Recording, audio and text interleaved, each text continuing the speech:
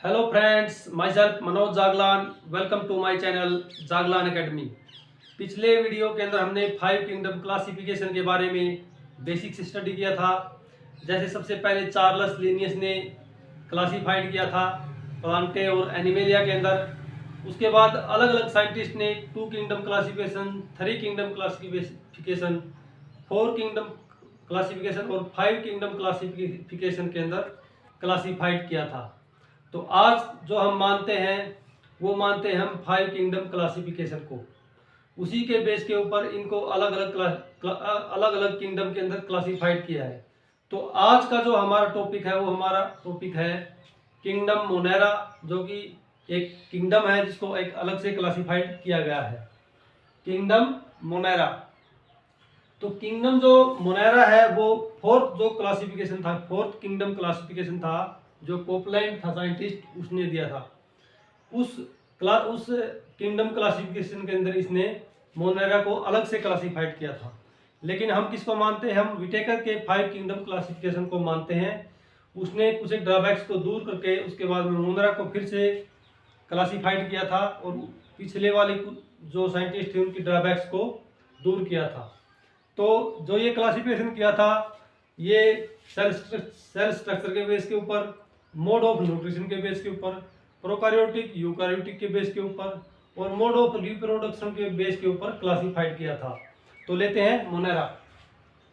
Monera is most ancient, ये सबसे प्राचीन है, सबसे पुराना एक माइक्रो ऑर्गेनिज्म है, सबसे छोटा है।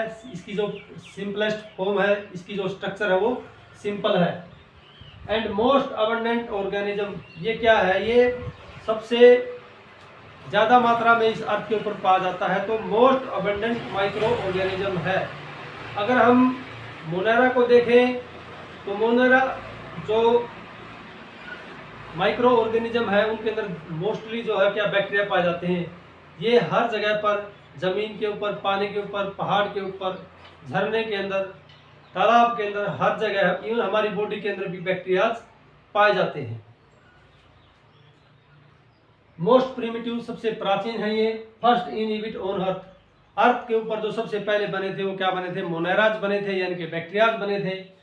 Bacteria are the sole member of monera. Monera जो किंगडम के जो सबसे इंपॉर्टेंट जो माइक्रो ऑर्गेनिज्म है वो क्या है?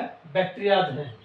दे अकर ऑलमोस्ट एवरीवेयर, हर जगह पाए जाते हैं। आपको बताया था, जमीन के ऊपर, पहाड़ के ऊपर, पानी के ऊपर, झरने के ऊपर, नदी के अंदर, इवन हमारी बॉडी के अंदर, हर जगह, हर इन्वायरमेंट के अंदर ये पाए जाते हैं।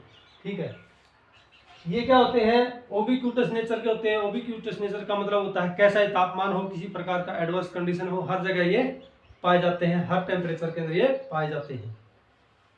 अगर बात अभी जो नेक्स्ट टॉपिक आता है, कैरेक्टर्स ऑफ मोनेरा। मोनेरा के कैरेक्टर्स क्या है? इनके अंदर सेल किस प्रकार की पाई जाती हैं, प्रोकैरियोटिक है या यूकैरियोटिक है, इसका जो मोड ऑफ न्यूट्रिशन है वो किस प्रकार का है, उसके बाद में रेस्पिरेशन किस प्रकार का है, उसके बाद में रिप्रोडक्शन ये किस प्रकार से करते हैं। तो इन कैरेक्टर के बेस के ऊपर क्लासिफाइड किया गया है मोनेरा को। तो मोनेरा के जो कैरेक्टर्स हैं उनके बारे में हम स्टडी करेंगे कि मोनेरा के अंदर कौन कौन से कैरेक्टर पाए जाते हैं। मोनेरा आर द यूनिसेलुलर, क्या होते हैं ये? यूनिसेलुलर होते हैं, सिंगल सेल के ये बने होते हैं। मल्टी सेलुलर ये नहीं होते हैं, इनके अंदर केवल एक ही सेल पाई जाती है। कॉलोनियल, कॉलोनियल का मतलब क्या होता है? ये कॉलोनीज के अंदर रहते हैं, यानी कि इकट्ठे रहते हैं, ग्रुप के अंदर ये रहते हैं, इसलिए इनको कॉलोनियल बोलते हैं। फिलामेंटस का मतलब होता है लंबे लंबे ये होते हैं, फिलामेंट की ये शेप के होते हैं। कौन होते हैं ये? बैक्टीरिया या मोनेरा जिसको हम बोलते हैं। These are prokaryotic organism without nuclear membrane, जिनके अंदर न्यूक्लियर मेम्ब्रेन नहीं पाई जाती उनको हम प्रोकैरियोटिक के अंदर शामिल करते हैं। या न्यूक्लियस अब्सेंट होता है या ठीक से वेल डेवलप्ड नहीं होता है तो उनको हम किसके अंदर बोलते हैं? प्रोकैरियोटिक्स के अंदर बोलते हैं। तो इनके अंदर क्या है? न्यूक्लियर मेम्ब्रेन है वो नहीं पाई जाती, अब्सेंट होती है। न्यूक्लियस इसके अंदर पाया जाता है जो कि कैरी करता है जेनेटिक मटेरियल, और उसके अंदर पाया जाता है क्रोमेटिन और हिस्टोन प्रोटीन भी इसके अंदर पाई जाती है। अभी नेक्स्ट जो मोनेरा का जो कैरेक्टर लेते हैं वो आता है सेल वॉल। तो मोनेराज के अंदर क्या है? सेल वॉल पाई जाती है और किसकी बनी होती है? पेप्टाइडोग्लाइकन की। पेप्टाइडोग्लाइकन का मतलब है पेप्टाइड, पेप्टाइड का मतलब है अमीनो एसिड और ग्लाइकन का मतलब है ग्लूकोज का मतलब है ग्लाइकन, ग्लूकोज यानी कि शुगर। शुगर और अमीनो एसिड की ये बनी होती है, इसको हम बोलते हैं peptidoglycan.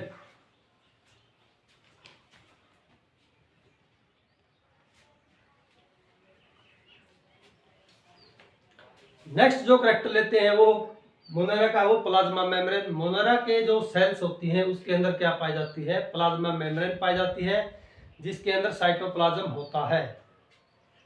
Cell organelles are without membrane. जो साइटोप्लाज्म के अंदर जो सेल ऑर्गेनेल्स पाए जाते हैं, माइटोकॉन्ड्रिया पाए जाते हैं, गोल्जी बॉडी, एंडोप्लाज्मिक रेटिकुलम, लाइबोसोम्स जो भी पाए जाते हैं वो क्या पाए जाते हैं, सेल ऑर्गेनेल्स के अंदर। सेल मेम्ब्रेन नहीं पाई जाती, वो फ्रीली घूमते हैं, रैंडमली घूमते हैं साइटोप्लाज्म के अंदर। राइबोसोम्स आर 70 एस का मतलब है सेडिमेंटेशन कोफिशिएंट। सेडिमेंटेशन कोफिशिएंट का मतलब है अगर हम बैक्टीरिया को तोड़ते हैं तो वो कितना जल्दी से सेडिमेंट बना देता है। तो देखा जाए तो बैक्टीरिया की 2 यूनिट होती है, मान के चलो एक वाली ये वाली यूनिट है और एक ये वाली यूनिट है, ठीक है। ये मान के चलो 50s है, 50s, और ये 30s है। जिस प्रकार से इसको तोड़ते हैं तो सेडिमेंटेशन सिस्टम करते हैं, तो टूटने के बाद सबसे पहले क्या ग्रो करेगी, ये वाली जो है ये पहले ग्रो करेगी, ठीक है। तो ये होता है जो राइबोसोम्स इसके अंदर पाए जाते हैं वो 70s के टाइप के होते हैं, कुछ एक 50s 30s और टाइप के होते हैं। लेकिन जो राइबोसोम्स पाए जाते हैं बैक्टीरिया के अंदर वो पाए जाते हैं 70s टाइप के। Maximum bacteria are heterotrophic. Heterotrophic वो ऑर्गेनिज्म होते हैं जो अपना फूड खुद नहीं बना सकते, अपना न्यूट्रिशन खुद नहीं ले सकते, अपनी बॉडी का ग्रो करने के लिए वो दूसरे ऑर्गेनिज्म के ऊपर डिपेंड रहते हैं, उनको बोलते हैं हेट्रोट्रोपिक्स। तो ज़्यादातर बैक्टीरिया होते हैं वो हेट्रोट्रोपिक्स होते हैं। कुछ एक जो बैक्टीरियाज होते हैं वो होते हैं ऑटोट्रोपिक्स। ऑटोट्रोपिक का मतलब होता है सेल्फ डिपेंडेंट, अपना खाना खुद बना लेते हैं। बात करते हैं नेक्स्ट रेस्पिरेटरी एंजाइम्स। बैक्टीरिया के अंदर जो रेस्पिरेटरी एंजाइम्स पाए जाते हैं वो पाए जाते हैं प्लाज्मा मेम्ब्रेन के अंदर, और रेस्पिरेटरी एंजाइम्स के द्वारा ही रेस्पिरेशन हो पाता है बैक्टीरिया के अंदर। कुछ एक बैक्टीरिया होते हैं एरोबिक, जिनको एयर की जरूरत होती है यानी कि ऑक्सीजन की जरूरत होती है, तो वो ऑक्सीजन के बगैर सर्वाइव नहीं कर पाते, तो इस प्रकार के बैक्टीरिया को हम बोलते हैं एरोबिक। और कुछ एक होते हैं एनरोबिक, जिनको ऑक्सीजन की या एयर की जरूरत नहीं होती, तो उनको बोलते हैं एनएरोबिक। रिप्रोडक्शन के अंदर एसेक्सुअल होता है। एसेक्सुअल का मतलब होता है मेल और फीमेल गैमेट की जरूरत नहीं पड़ती, खाली सेल डिवीजन से ये रिप्रोडक्शन कर लेते हैं। उसके बाद में न्यूक्लियोइड्स क्या होता है, ये वाली जो स्ट्रक्चर है ये न्यूक्लियोइड की होती है। ये क्या होता है, नेक्ड होता है, इसके ऊपर सेल मेम्ब्रेन नहीं पाई जाती, और जो इसके पास इसमें क्या पाया जाता है, डीएनए पाया जाता है, जो कि हिस्टोन प्रोटीन और क्रोमेटिन का ये बना होता है। डीएनए कैसा होता है, डीएनए नेक्ड होता है और डबल सर्कुलर होता है। डबल सर्कुलर का मतलब होता है ये वाला, ये कैसा पाया जाएगा, ये डबल सर्कुलर पाया जाएगा। इसकी जो लेयर पाई जाएगी वो डबल लेयर का ये बना हुआ होता है। नेक्स्ट लेते हैं पाइलस। अभी मैं आपको एक बार इसका बैक्टीरिया का या मोनेराज का एक बार जो सेल स्ट्रक्चर का डायग्राम है वो बता देता हूँ। ये वाली जो कवरिंग है ये इसकी सेल मेम्ब्रेन होती है। इसके साथ में अटैचमेंट जो ब्लू कलर से दिखाई गई ये क्या है, ये है कैप्सूल। उसके बाद में ये वाला जो स्ट्रक्चर है, जो टेल ही बनी हुई है, टेल को बोलते हैं हम फ्लैजेलम। क्या बोलते हैं हम, फ्लैजेलम बोलते हैं। उसके बाद में ये जो हेयर लाइक स्ट्रक्चर बनती है इनको बोलते हैं पाइलस या पिलाई। ये क्या करते हैं, बैक्टीरिया के अटैचमेंट के अंदर मदद करते हैं। तो अभी लेते हैं पाइलस या पिलाई। ये क्या काम करती है, हेल्प इन अटैचमेंट। ये क्या करती है, एक बैक्टीरिया को दूसरी बैक्टीरिया के साथ या दूसरी किसी होस्ट की बॉडी के साथ अटैचमेंट होने में मदद करती है, ठीक है। पैरासाइट के तौर पर जब बैक्टीरिया रहता है तो उस टाइम अटैचमेंट में मदद करती है, और जिस टाइम बैक्टीरिया रिप्रोडक्शन करता है तो रिप्रोडक्शन के दौरान ये अटैचमेंट करती है, और अटैचमेंट की वजह से ही रिप्रोडक्शन हो पाता है। तो ये अटैचमेंट और रिप्रोडक्शन के अंदर मदद करती है। कौन, हेयर लाइक स्ट्रक्चर जो बैक्टीरिया के अंदर पाई जाती है, जिनको पिलाई या पाइलस बोलते हैं। नेक्स्ट आता है कैप्सूल। कैप्सूल ये वाली लेयर होती है, ठीक है।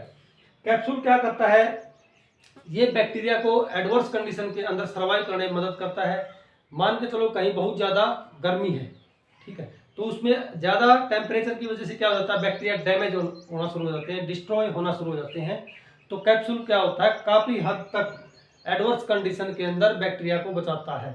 जैसे मान के चलो हमारी बॉडी के अंदर बैक्टीरिया चले जाते हैं, और बैक्टीरिया चले जाने के बाद हमने क्या ले ली, एंटीबायोटिक्स ले ली। एंटीबायोटिक्स क्या करती है, बैक्टीरिया को किल करती है, ठीक है। तो कैप्सूल क्या करेगा, उस एंटीबायोटिक्स के बरखिलाफ क्या करेगा, लड़ाई करेगा, फाइट करेगा, और काफ़ी हद तक उसको सर्वाइव करने में मदद करता है। लेकिन जब एंटीबायोटिक्स की जो स्ट्रेंथ है वो बैक्टीरिया की कैप्सूल की स्ट्रेंथ से ज़्यादा हो जाती है, तो जो बैक्टीरिया क्या होता है, एंटीबायोटिक्स से डिस्ट्रॉय हो जाता है, और हमको हमारे को फीवर से, ठीक है, या किसी भी डिजीज से निजात कर देता है, फ्री कर देता है। तो हमारा जो फीवर वो ठीक हो जाता है। नेक्स्ट लेते हैं फ्लैजेलम। फ्लैजेलम ये जो टेल लाइक स्ट्रक्चर होती है बैक्टीरिया के अंदर, इसको फ्लैजेलम बोलते हैं। ये क्या काम करता है, ये बैक्टीरिया को मूवमेंट करने के अंदर मदद करता है। तो ये था हमारा वीडियो। इस वीडियो के अंदर हमने स्टडी किया था मोनेरा के बारे में, ठीक है, मोनेरा की हिस्ट्री क्या थी उसके बारे में स्टडी किया था। उसके बाद में हमने स्टडी किया था करेक्टर्स ऑफ मोनेराज। मोनेराज के अंदर क्या क्या करेक्टर्स होते हैं, क्या करेक्टर होते हैं, प्रोकारियोटिक होते हैं, ठीक है, न्यूक्लियर मेम्ब्रेन एब्सेंट होती है, सेल ऑर्गेनेल्स के पास में सेल मेम्ब्रेन नहीं होती है, डीएनए है वो नेक्ड होता है, ठीक है। उसके बाद रेस्पिरेटरी एंजाइम्स का पाए जाते हैं, प्लाज्मा मेम्ब्रेन के अंदर पाए जाते हैं, ठीक है। उसके अलावा सेल वॉल इनके अंदर पाई जाती है, ठीक है। तो इनके बेस के ऊपर क्या था, हमने मोनेरा को क्लासिफाइड किया था। उम्मीद करता हूं कि ये वीडियो आपको अच्छे तरीके से समझ में आ गया होगा। वीडियो को शेयर करें, सब्सक्राइब करें, कमेंट जरूर करें।